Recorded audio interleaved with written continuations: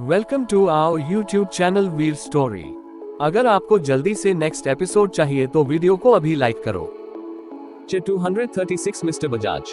राहील फिर अपनी कार लेकर वहां से चला गया। राहील के जाते ही बॉडीगार्ड ने धैर्य से कहा, लगता है आज राहील सर का मूड बहुत अच्छा है। क्या सच में प्यार इतना बदल देता है? उस बॉडीगार्ड की बात सुनकर धैर्य ने उसे घूरते रहते हुए कहा, तुम ये सवाल मुझसे क्यों पूछ रहे हो? क्या तुम्हें मेरी गर्लफ्रेंड कहीं दिखाई दे रही है? धैर्य काफी इरिटेट हो चुका था। हम ये भी कह सकते उसे सिंगल रहने की वजह से इरिटेशन हो गई थी। वह इरिगेशन में वहां से चला गया। वह बॉडीगार्ड पूरी तरह से हैरान नहीं खड़ा रह गया। दूसरी तरफ मानिक अवनी को अपने गोद में लिए। Leave me mister Bajaj, Avni ने मानिक को घूरते हुए कहा। अवनी की बात सुन मानिक ने अपनी आईब्रो ऊपर कर अवनी से कहा, यह मिस्टर बजाज क्या होता है? कॉल मी हबी। आप मेरे पति नहीं है जो मैं आपको इस नाम से बुलाऊं। अवनी ने कहा और मानिक की गोद से छुटने की कोशिश करने लगी। अवनी कुछ ज्यादा ही छटपटा रही थी। अगर मानिक उसे नीचे नहीं उतरता तो अवनी और वह दोनों ही नीचे फ्लोर पर गिर जाते। तभी मानिक की नजरें आसपास गई। मानिक अवनी को लिए सीधे वॉशरूम के अंदर चला गया। मानिक गर्ल्स वॉशरूम में गया था। इस वक्त कहां पर कोई भी मौजूद नहीं था। ये देख मानिक ने तुरंत दरवाजे को अंदर से बंद कर लिया। जैसे ही दरवाजे को बंद कर मानिक पीछे हुआ, उसकी नजर अवनी पर गई जो वहीं खड़ी थी। अवनी ने मानिक को घूरते हुए कहा, मिस्टर बजाज, यह क्या बिहेवियर है? मुझे बाहर जाना है। ये कहते हुए अवनी जैसे ही दरवाजा खोलने की कोशिश करने लगी, मानिक ने अवनी का हाथ पकड़ लिया और एक झटके के साथ उसे अपनी तरफ खींचा। मानिक ने अवनी को कमर से ऊपर उठाया और मिरर के ठीक सामने बैठा दिया। अगर एक बार और तुम्हारी मुंह से मैंने मानिक बजा सुना ना तो मुझसे बुरा कोई नहीं होगा। मानिक ने अवनी के दोनों तरफ अपने हाथ रख उसके करीब जाते हुए कहा। मानिक की बात सुन अवनी ने अपना चेहरा दूसरी तरफ करते हुए अपने आप को कंट्रोल कर कहा, मेरे लिए आपके अनजान है। मैं आपको जानती तक नहीं और मैं अनजान आदमियों को ऐसे ही बुलाती हूँ। अवनी की बात सुनकर मानिक की होठों पर एक डेविल मुस्कान आ गई। मानिक ने अवनी की कमर पर हाथ रखा और उसे एक झटके से अपने करीब खींचा। अवनी के होठ मानिक के गर्दन पर आ गए। अवनी मानिक के इस एक्शन से हैरान थी। मानिक ने अवनी के गर्दन पर अपने गर्म होठों को रखा और बड़े प्यार से उसे किस करने लगा। मानिक ने अपने हाथ को अवनी के टॉप में डाल दिया और अवनी की कमर को बड़े ही सेडिक्टिव वे में सहलाने लगा। मानिक के इस तरह किस करने से अवनी की दिल की धड़कनें बढ़ती ही जा रही थी। वह मानिक को रोकना चाहती थी पर रोक नहीं पा रही थी। वह इस पल में खुद को खो रही थी। अवनी के हाथ मानिक के कंधे पर कर चुके थे। किस करते मानिक ने उसके कान के पास जाकर धीरे से बड़ी ही सेडक्टिव वॉइस में कहा, क्या सच नहीं जानती बीवी? मानिक की बात सुनकर अवनी कुछ कह नहीं पा रही थी, जिसे देख मानिक मुस्कुरा देता है। मानिक का हाथ अवनी के टॉप के अंदर जा रहा था। तभी कोई दरवाजे पर जोर जोर से नॉक करने लगा। बाहर कुछ लेडीज की आवाज सुनाई दे रही थी। कौन पागल है जो दरवाजे को अंदर से बंद करके बैठ गया है? और भी लोगों को भी वॉशरूम यूज करना होता है। जल्दी दरवाजा खोलो, इससे पहले हम लोग ये दरवाजा ही तोड़ दें। उन आवाजों को सुनकर अवनी अपने होश में आई। उसने पूरा दम लगाकर मानिक को खुद से दूर धक्का दिया, जिससे मानिक अवनी से दूर हो गया। अवनी ने तुरंत अपने कपड़ों को सही किया। फिर नीचे उतरते हुए मानिक को गुस्से से कहा, वापस कभी अगर मेरे करीब आने की कोशिश की तो मोलेस्टेशन का केस कर दूंगी। ये कहते हुए अवनी बहुत गुस्से में दिखाई दे रही थी।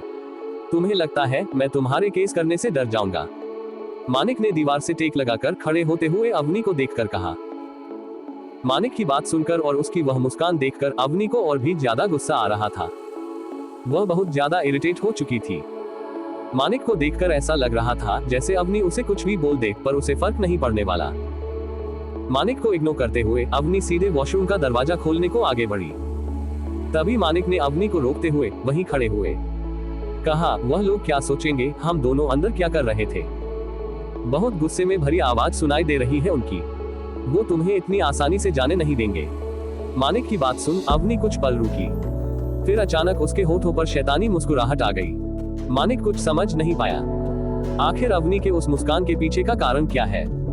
उससे पहले ही अवनी की उन आंखों में बहुत सारे आंसू आ गए। अवनी ने मानिक को आंख मारी, फिर वॉशरूम का दरवाजा खोल दिया।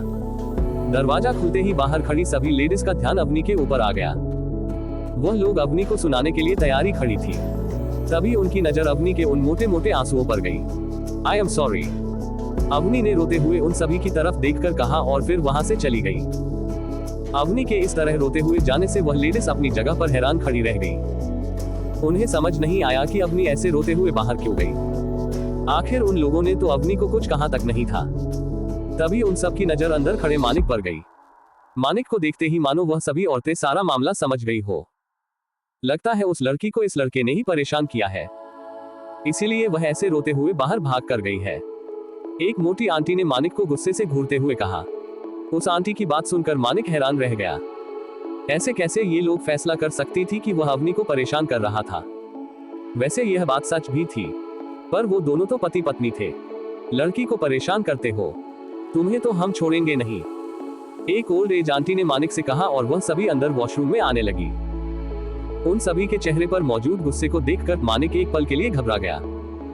आज पहली बार मानिक किसी ऐसी कंडीशन में फंसा था। उसे समझ ही नहीं आ रहा था कि उसे करना क्या चाहिए। और एक अवनी थी जो उसे फंसा कर मुस्कुराते हुए वहां से जा चुकी थी। तुम लोग पुलिस को फोन करो, तब तक इसे हम संभालते हैं, उस मोटी आंटी ने कहा। मानिक ने एक नजर उन सब की तरफ देखा और अपने फोन में एक क्लिक किया। जिस लड़की को पुलिस को फोन करने के लिए कहा गया था, वह तो मानिक को ऐसे निहार रही थी जैसे मानिक कोई देवता हो। आखिर मानिक इतना हैंडसम जो था, वहां मौजूद सभी यंग लड़कियों को तो जैसे मानिक पर क्रश हो गया हो। वह मानिक को देखकर लगातार शर्माई जा रही थी। मानिक ने उन सभी लेडीज की तरफ देखते हुए कहा, मुझे देखकर आपको कहां से लगता है कि मैं कोई लोफर हूं जो लड़कियों को छेड़ता है। मानिक की बात सुनकर एक पल के लिए वो सभी लेडीज रुक गई। बात तो ये सही कह रहा है, आखिर इतना हैंडसम है, ये तो चाहे तो किसी भी लड़की को फंसा सकता है। एक बुढ़िया आंटी ने मुस्कुराते हुए मानिक की तरफ देखकर कहा। उन आंटी की बात सुनकर मानिक की होठों पर मुस्कान आ गई। अगर ऐसी बात है तो वह लड़की रोती भी बाहर क्यों गई, एक दूसरी आंटी ने कहा। उनकी बात सुनकर मानिक ने अपने चेहरे पर दुनिया जहां की मासूमियत लाते हुए कहा, वह मेरी पत्नी है और मुझसे बहुत ज्यादा गुस्सा है। मैं उसे मनाने के लिए यहाँ पर लेकर आया था, पर वह और भी ज्यादा गुस्सा हो गई। पता नहीं कब वह मान जाएगी और वापस मेरे साथ घर आएगी। पर वह तुमसे गुस्सा क्यों है, दूसरी आंटी ने मानिक की तरफ देखते हुए पूछा। उनकी बात सुन मानिक ने कहा, माफिया सुगा बेबी प्रोमो रूम के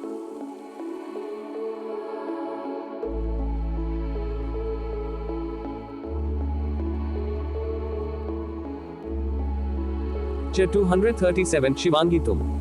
उन आंटी की बात सुनकर मानिक की होठों पर मुस्कान आ गई।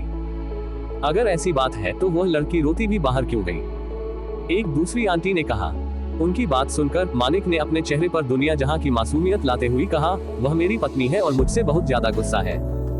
मैं उसे मनाने के लिए यहाँ पर लेकर आया था, पर वह और भी ज्यादा गुस्सा हो गई। पता नहीं कब वह मान जाएगी और वापस मेरे साथ घर आएगी। पर वह तुमसे गुस्सा क्यों है, दूसरी आंटी ने मानिक की तरफ देखते हुए पूछा। उन लेडीज की बात सुनकर कुछ पल के लिए मानिक को समझ नहीं आया कि वह उनसे क्या कहे। मैंने उसकी बात पर विश्वास नहीं किया और उस पर चिल्लाया भी, मानिक ने कहा। मानिक की बात सुन वह सभी औरतें मानिक की बात को इतनी गहराई की सोचने लगी जैसे यह उनके ही परिवार का कोई मैटर हो। ये तो तुमने बहुत गलत किया, तुम ऐसा कर कैसे सकते हो, वह तुम्हारी वाइफ है, तुम्हें उस पर विश्वास करना चाहिए था, एक आंटी ने मानिक को घूरते हुए कहा। मानिक चुपचाप उनकी बातें सुन रहा था। ये तो सभी आदमियों की आदत है, उन्हें अपनी बीवियों पर विश्वास होता ही नहीं है, एक बूढ़ी औरत ने अपनी गर्दन नामे हिलाते हुए कहा। वही वह लड़कियां जिनके अब तक शादी नहीं हुई थी। मानिक मैरिड है, ये सुनकर उन सभी का दिल टूट चुका था। मानिक की बात सुन उनमें से एक लड़की ने शर्माते हुए कहा, पर वह माफ भी तो कर सकती है ना, आखिर इतना हैंडसम हस्बैंड हर किसी को थोड़ी ना मिलता है। हाँ तुम्हारी बात सही है, पर कभी कभी हम लोग कुछ ज्यादा ही गुस्सा हो जाती है, और इसने तो अपनी बीवी पर गुस्सा भी किया था, वह कैसे मान जाए इतनी जल्दी, बूढ़ी औरत ने फिर से कहा। मानिक जो सभी औरतों से घिरा हुआ था, उसने उस बूढ़ी औरत की तरफ देखते हुए उससे पूछा, क्या आप मुझे बता सकती है कैसे मैं अपनी बीवी को वापस अपने घर लेकर आ सकूं? यह इतना भी आसान नहीं होने वाला हैंडसम बॉय, उस बूढ़ी औरत ने हंसते हुए कहा। तुम्हें बहुत मेहनत करनी होगी, तुम्हें हर वक्त अपनी बीवी के आगे पीछे घूमना चाहिए और बार बार उससे माफी मांगनी चाहिए, हर एक काम में उसकी मदद करो, तुम्हें उसे महसूस करवाना होगा कि तुम अपनी गलती को मानते हो और तुम वैसा वापस फिर कभी नहीं करोगे, तभी वह तुम्हारे पास वापस आएगी, एक आंटी ने कहा। आंटी की बात सुन मानिक कुछ सोचने लगा। तभी वहां पर धैर्य और मानिक के बॉडीगार्ड्स आ गए। धैर्य ने जब वहां का नजारा देखा तो वह हैरान रह गया। उसका बॉस जो दुनिया का सबसे बड़ा बिजनेसमैन था, वह यहाँ गर्ल्स वॉशरूम में औरतों से घिरा हुआ था और बड़े ध्यान से उनकी कुछ बातें भी सुन रहा था। बॉस, धैर्य ने कहा। धैर्य की आवाज सुन मानिक ने उस तरफ देखा और फिर उन सभी लेडीज से कहा, थैंक यू सो मच, आप लोगों ने मेरी बहुत मदद की। थैंक यू की कोई जरूरत नहीं है, तुम बस जल्दी से अपनी बीवी को मान लो, बूढ़ी औरत ने कहा। और बाकी सभी औरतें भी मानिक को ऑल द बेस्ट कहने लगी। धैर्य और सभी बॉडीगार्ड्स का पूरी तरह से कंफ्यूज थे। मानिक फिर धैर्य और अपनी बॉडीगार्ड के साथ वहां से चला गया। जाने से पहले एक बार फिर मानिक ने सबको बाय कहा। दूसरी तरफ अवनी जैसे ही वॉशरूम के बाहर आई, उसे वहां आयशा मिल गई। अवनी को मुस्कुराते देखकर आयशा कंफ्यूज थी। तुम इतनी खुश क्यों हो? आयशा ने अवनी की तरफ देखते हुए कहा। आयशा की बात सुन अवनी ने मुस्कुराते हुए आयशा को पूरी बात बताई, जिसे सुनकर आयशा ने अवनी को हाई फाई देते हुए कहा, मुझे पता तुम बेस्ट हो। बेचारी अवनी को यही लग रहा था वहां मानिक उन औरतों के बीच फंसा हुआ होगा। वह औरतें मानिक को सुना रही होगी या उसे मारने को तैयार होगी। अवनी आयशा के साथ फिर वहां से निकल गई। दूसरी तरफ परिवार के बाकी सभी सदस्य भी राजस्थान आ चुके थे। यह शादी राजस्थान के सबसे बड़ी होटल जो जयपुर में थी, जिसका नाम रामबाग पैलेस था, उसमें होने वाली थी। यह दुनिया के सबसे एक्सपेंसिव होटल में से एक था। होटल के मैनेजमेंट ने पहले ही सभी गेस्ट के स्वागत की तैयारी कर रखी थी। राहिल और मानिक भी सीधे होटल ही चले गए। आखिर वह दोनों बहुत खुश भी थे, क्योंकि उनका काम जो हो चुका था, वो दोनों ही अपनी बंदी से मिल चुके थे। मानिक और राहिल के चेहरे पर जो खुशी थी, उसे देख परिवार के सभी लोग हैरान थे। शिवांगी ने राहिल और निक के पास आते हुए उनसे कहा, आप लोग इस तरह मुस्कुरा क्यों रहे हैं? क्या कुछ हुआ है? तुम्हारी शादी हो रही है ना? हम लोग बस इसीलिए खुश हैं, राहिल ने कहा। राहिल की बात सुनकर शिवांगी ने अपनी आईब्रो ऊपर कर राहिल की तरफ देखा। उसे राहिल की बात पर विश्वास नहीं हो रहा था। वहीं आयशा और अवनी जब वापस घर आई, तब तक काजू अपने दोस्त के घर पर स्टडी करने के लिए जा चुकी थी। अच्छा हुआ तुम आ गई, मुझे तो लगा था वह छछूंदर तुम्हें छोड़ेगा ही नहीं, वीर ने कहा। वीर की बात सुन अवनी ने अपनी आंखें छोटी कर वीर को घूरते हुए कहा, तुम्हारी हिम्मत कैसे हुई मानिक को छछूंदर कहने की? मेरा मन, मैं उसे कुछ भी बुलाऊं? तुम्हें क्यों इतनी टेंशन हो रही है? वीर ने कहा। वीर की बात अवनी में उसे घूरते हुए कहा, अगर तुमने फिर से मानिक को ऐसे नाम से बुलाने की हिम्मत की तो मैं तुम्हें छोड़ूंगी नहीं। अवनी की वार्निंग सुनकर बेचारा वीर चुप हो गया। तुम ठीक तो हो ना? नीति ने अवनी से कहा। नीति की बात सुन अवनी कुछ कहती उससे पहले ही वीर ने मुंह बनाते हुए कहा, क्या तुम देख नहीं पा रही कैसे बिल्ली की तरह पंजे मारने को तैयार है? मैं मरती भी रहूंगी, तब भी तुम्हें मारने को तो तैयार रहूंगी, अवनी ने वीर से कहा और फिर सोफे पर बैठ गई। नीति ने अवनी और आयशा को पानी दिया। तुमने बताया नहीं तुम यहाँ क्यों आए थे? अवनी ने वीर की तरफ देखते हुए कहा। अवनी की बात सुन वीर ने आराम से सोफे पर बैठते हुए कहा, वह मुझे शिवांगी की शादी के लिए यहाँ पर आना था, इसीलिए मैं पहले ही आ गया। वीर की बात सुन आयशा ने अवनी की तरफ देखते हुए कहा, कल से शिवांगी के शादी के फंक्शन शुरू होने वाले हैं, कल गणेश पूजा है, तुमने क्या सोचा है अवनी? अवनी कुछ कहती उससे पहले ही शिवांगी ने घर के अंदर आते हुए कहा, इसमें सोचने जैसा कुछ नहीं है, ये कल आ रही है गणेश पूजा में। शिवांगी की आवाज सुन सभी लोगों ने उस तरफ देखा। शिवांगी को वहां देखकर जहां अवनी की होठों पर मुस्कान आ गई, वहीं बाकी सब हैरान थे। शिवांगी तुम? आयशा ने कहा। Friends support my new novel mafia Suga baby.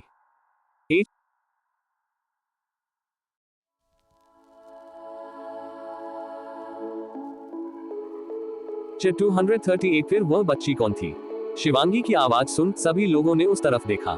Shivangi को वहां देखकर जहां अवनी की होठों पर मुस्कान आ गई, वहीं बाकी सब हैरान थे। शिवांगी तुम? आयशा ने कहा। आयशा की बात सुन शिवांगी मुस्कुराते हुए घर के अंदर आई। शिवांगी को देख अवनी अपनी जगह से खड़ी हुई और उसने आगे बढ़कर शिवांगी को अपने गले लगा लिया। आज पूरे 5 सालों बाद शिवांगी अवनी को देख रही थी। कैसी हो तुम? अवनी ने बड़े ही प्यार से शिवांगी से पूछा। मैं बिल्कुल ठीक हूँ। भाभी आप कैसी हैं? शिवांगी ने पूछा।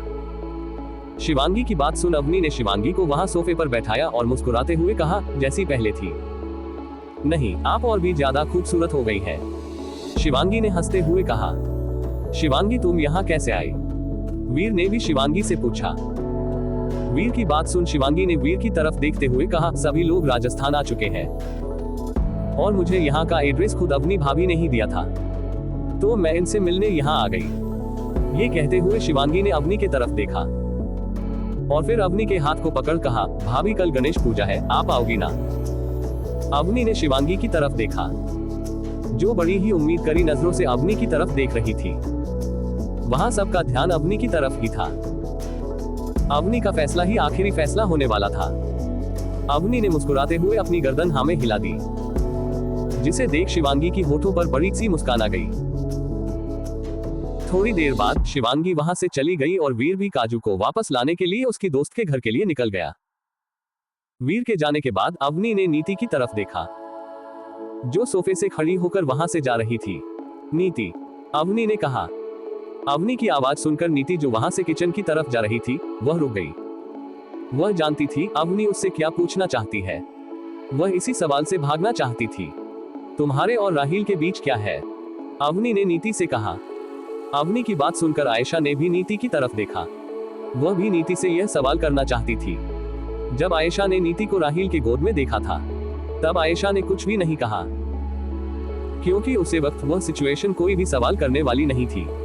नीति ने गहरी सांस ली और फिर अवनी और आयशा की तरफ देखा। अवनी आगे बढ़ नीति के पास गई। मुझे इस बारे में पहले भी पता था, पर मैंने तुमसे कभी नहीं पूछा, पर आज ये जानना जरूरी है, अवनी ने कहा। अवनी की बात सुन नीति ने अवनी और आयशा को बताते हुए कहा, मैं राहिल से प्यार करती हूँ। यह मैं भी जानती हूँ, तुम राहिल से प्यार करती हो और राहुल तुम्हारे पीछे पागल की तरह पड़ा है।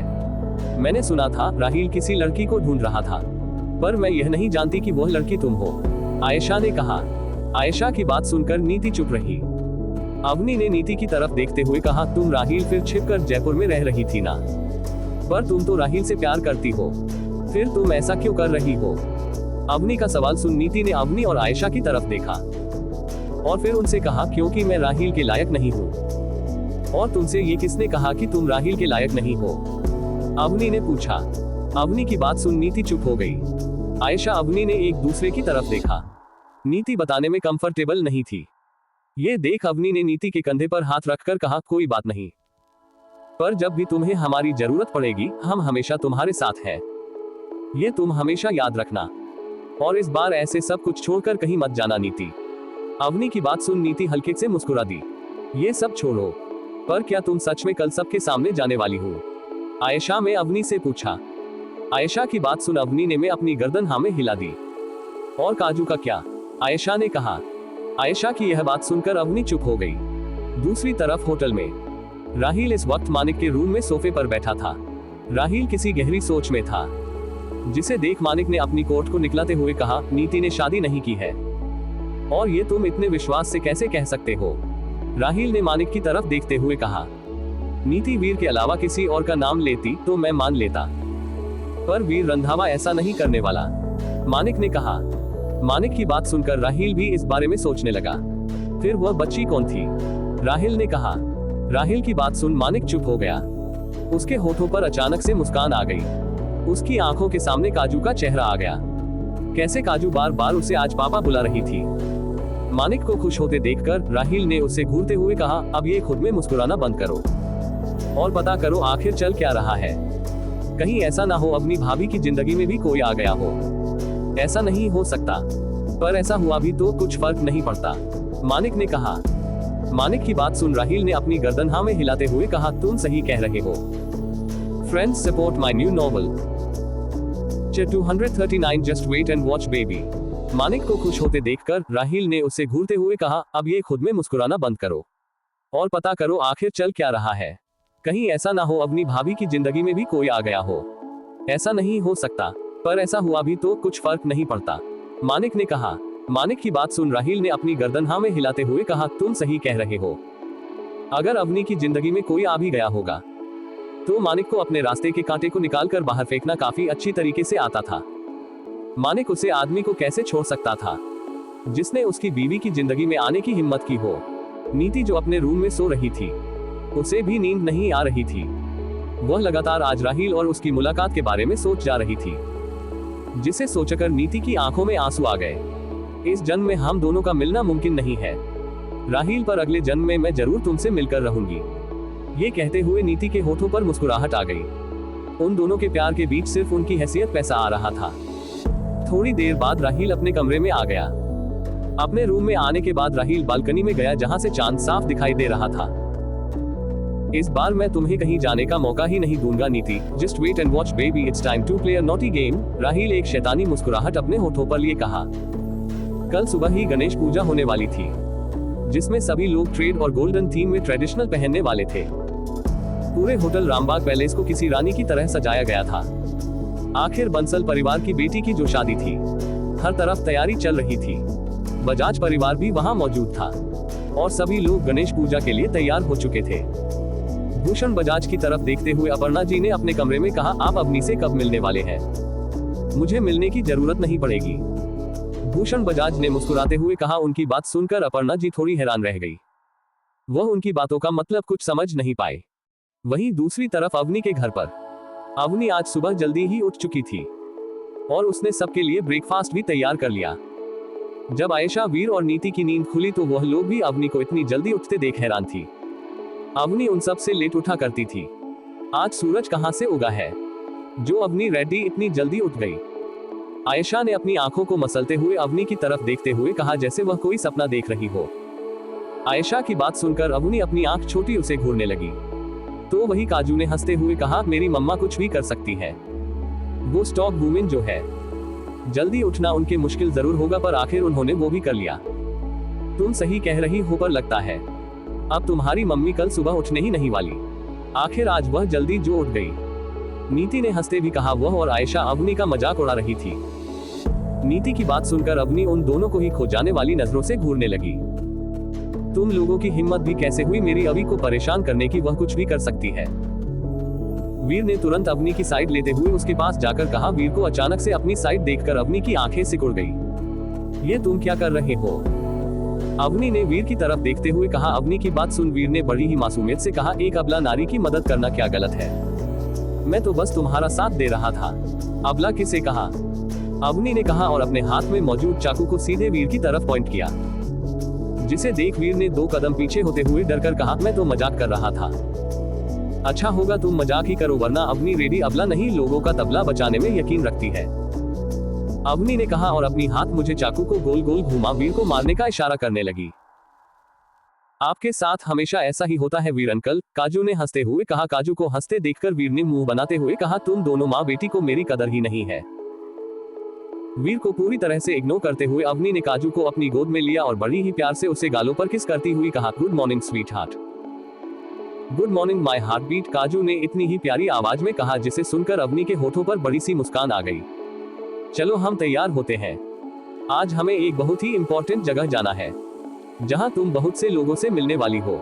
तुम्हें बहुत अच्छा लगेगा, अवनी ने काजू से कहा। अवनी की बात सुनकर आयशा, नीति और भी तीनों का ध्यान अवनी के ऊपर चला गया। वह उसकी बात सुनकर हैरान रह गए। वहां पर काजू थी, इसीलिए किसी ने भी अवनी को कुछ नहीं बोला। काजू को अपने साथ ले जाते हुए अवनी ने पीछे मुड़ उन सब की तरफ देखते हुए कहा, 1 घंटे में सब रेडी हो जाओ, हम गणेश पूजा में जा रहे हैं।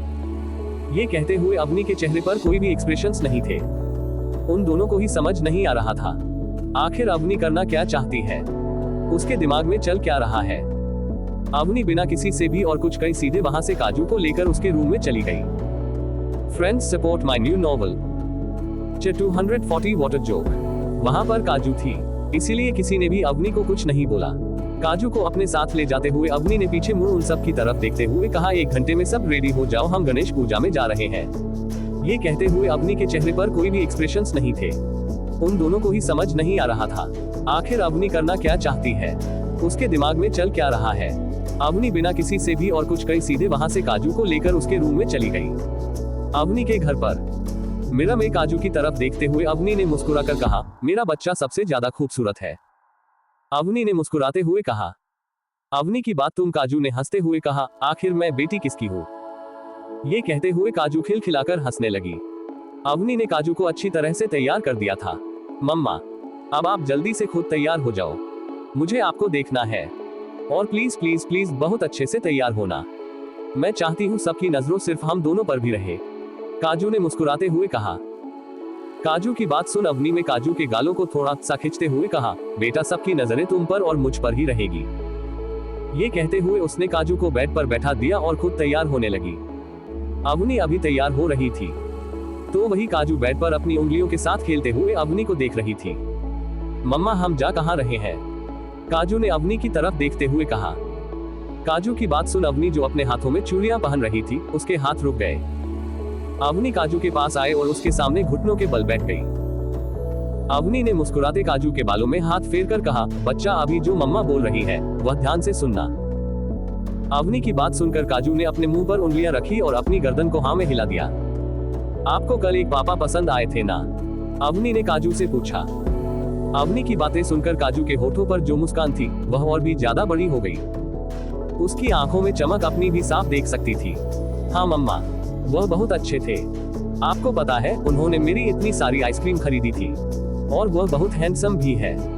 वह हमारे पापा बनने की पूरी तरह से लायक है। काजू ने एक्साइटेड होते हुए अवनी से कहा। काजू की बात सुन अवनी ने अपना सिर नामे दिला दी। अवनी अच्छे से जानती थी उसकी बच्ची को बचपन से ही खूबसूरत चीज बहुत पसंद थी। अवनी ने मुस्कुराते हुए काजू से कहा, तो हम उन्हीं के घर पर जा रहे हैं क्या सच में? काजू ने अवनी की तरफ देखते हुए। अवनी ने अपना सिर हाँ में हिला दिया, जिसे देख काजू ने तुरंत अवनी को गले लगाते हुए कहा, मम्मा मैं आज आपको पापा से मिलवा दूंगी और फिर आप दोनों शादी कर लेना और मुझे फिर पापा मिल जाएंगे। काजू की बात सुन अवनी, जिसकी होठों पर मुस्कुराहट थी, उसने गहरी सांस ली। अवनी को समझ नहीं आ रहा था वह काजू को कैसे समझाए कि मानिक ही उसका पापा था। अवनी ने सोचा वह कुछ वक्त बाद काजू को सच बता देगी। अभी के लिए उसे धीरे धीरे ही सब कुछ पता चले तभी सही है। अवनी फिर तैयार होने लगी। काजू जो वहां बैठे अवनी को देखे जा रही थी, वह अपनी आंखें बड़ी करते हुए बेड पर से खड़ी हुई और अपने दिल पर हाथ रख अवनी की तरफ देखकर कहा, कितनी खूबसूरत है मम्मा आप। काजू का ड्रामा देखकर अवनी ने अपनी गर्दन हाँ में हिलाई और कहा, चलो नीचे चलते हैं। अवनी ने अपने होठों पर मुस्कान लिए कहा और काजू का हाथ पकड़ नीचे जाने लगी। नीति, आयशा और वीर जो वहां नीचे सोफे पर बैठे थे, उनकी नजर जैसे ही सीढ़ियों से नीचे आती अवनी और काजू पर गई, वह तीनों हैरान रह गए। अवनी और काजू दोनों ने ही रेड लहंगा पहन रखा था जिसमें गोल्डन वर्क किया हुआ था। इतनी खूबसूरत लग रही थी कि कोई भी इन्हें देखकर यही बोलेगा कि अवनी काजू की बड़ी बहन है। काजू का हाथ पकड़े अवनी धीरे धीरे सीढ़ियों से नीचे उतर रही थी। वो दोनों ही स्वर्ग लोक से आई परियां लग रही थी। गॉर्जस, वीर ने अपना मुंह खोले धीरे से कहा। वीर की बात सुन नीति जो वीर के पास से खड़ी थी, उसके होठों पर मुस्कुराहट आ गई। वीर अंकल अपना मुंह तो बंद कर लीजिए वरना मम्मा आपका मुंह तोड़ देगी, काजू ने हंसते हुए कहा। काजू की बात सुन वीर की आंखें छोटी हो गई। उसने मुंह बनाते हुए कहा, तुम कभी नहीं सुधर सकती ना? अगर मैं सुधर गई तो आपका क्या होगा? काजू ने अपनी आंखों को टिमटिमाते हुए वीर की तरफ देखकर कहा। काजू की बात सुनकर वीर ने काजू को तुरंत अपनी गोद में उठाया और उसके गाल को खींचते हुए बड़े ही प्यार के साथ कहा, तुमने सही कहा, अगर तुम सुधर गई तो मुझे तंग कौन करेगा? इतना ही शौक है तो शादी कर लो, बीवी आ जाएगी तुम्हें तंग करने के लिए, अवनी ने वीर की तरफ देखते हुए कहा। अवनी की बात सुनकर वीर ने उसे आंख मारते हुए कहा, मैं तो तैयार हूँ, पर तुम्हारे हाँ बोलने की देर है। वीर की बात सुनकर अवनी ने एक बार फिर अपनी गर्दन ना में हिला दी। वहीं काजू ने वीर की तरफ देखकर उदासी से कहा, आप हर बार रिजेक्ट हो जाते हो अंकल। हाँ, क्योंकि मेरी क्यूटी पाई मेरा साथ नहीं देती, वीर ने नाराजगी से कहा। जिसे देख काजू ने वीर को अपने गले लगाते हुए कहा, आप चिंता मत करिए अंकल, मैं आपके लिए खूबसूरत सी दीदी ढूंढकर आपकी शादी उससे करवा दूंगी, पक्का, वीर ने अपनी आंखों में चमक लिए काजू से कहा। तो काजू ने बच्चों की तरह अपनी गर्दन को हाँ में हिला दी। नीति तुम तैयार क्यों नहीं हुई अभी तक? हम लेट हो जाएंगे, अवनी ने नीति की तरफ देखते हुए कहा। अवनी की बात सुनकर नीति में अवनी की तरफ देख कहा, अवनी वह मैं नहीं आ रही। नीति की बात सुनकर अवनी ने अपनी आंखें छोटी कर नीति को घूरते हुए कहा, और वह क्यों? अवनी के सवाल का नीति के पास कोई जवाब नहीं था। ये देख अवनी ने थोड़ी गुस्से में नीति से कहा, जल्दी तैयार होकर अभी नीचे आओ और तुम वीर के साथ आ जाना, मैं काजू को लेकर भी जा रही हूँ। वीर जब तक नीति नहीं आए तुम्हारे साथ तुम वहां नहीं आओगे। ये कहते हुए अवनी काजू को लेकर घर से निकल गई। अवनी को जाते देख आयशा ने नीति से कहा, तुम्हें पता है ना वह बॉस है, हम उसकी बात नहीं मानेंगे तो वह हमारा खून पी जाएगी। आयशा की बात सुनकर नीति ने मुस्कुराते हुए अपनी गर्दन ना में हिला दी। इसीलिए वह शिवांगी के शादी के फंक्शन में नहीं जाना चाहती थी, क्योंकि उसे अच्छे से पता था शिवांगी राहील की बहन है और राहील वहां पर जरूर होगा, और राहील के अलावा भी कुछ लोग वहां मौजूद होंगे जिनसे नीति बिल्कुल भी नहीं मिलना चाहती थी। पर अवनी के इतनी फोर्स करने की वजह से नीति भी कुछ नहीं कर सकती थी। वह फिर तैयार होने के लिए अपने रूम में चली गई। नीति के जाने के बाद आयशा ने वीर की तरफ देखते हुए कहा, तुम नीति को आराम से लेकर आ जाना, मैं भी निकलती हूँ। हाँ, मैंने सुना है नंदा फैमिली भी आज इस फंक्शन में आने वाली है। लगता है आज तुम अपनी फैमिली से मिलने के लिए काफी एक्साइटेड हो। वीर ने अपनी पॉकेट में हाथ डाले मुस्कुराते हुए आयशा की तरफ देखते हुए कहा। वीर की बात सुनकर आयशा ने वीर को उठाते हुए कहा, क्यों रत्नावत फैमिली नहीं आने वाली क्या? मैं ही राणावत फैमिली हूँ, वीर ने कहा। वीर की बात सुनकर आयशा ने हंसते हुए कहा, व्हाट अ जोक। ये कहते हुए आयशा वहां से निकाल गई।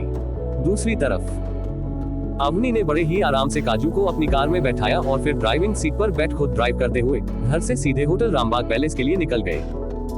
आयशा अभी अवनी के पीछे पीछे ही होटल के लिए निकल चुकी थी।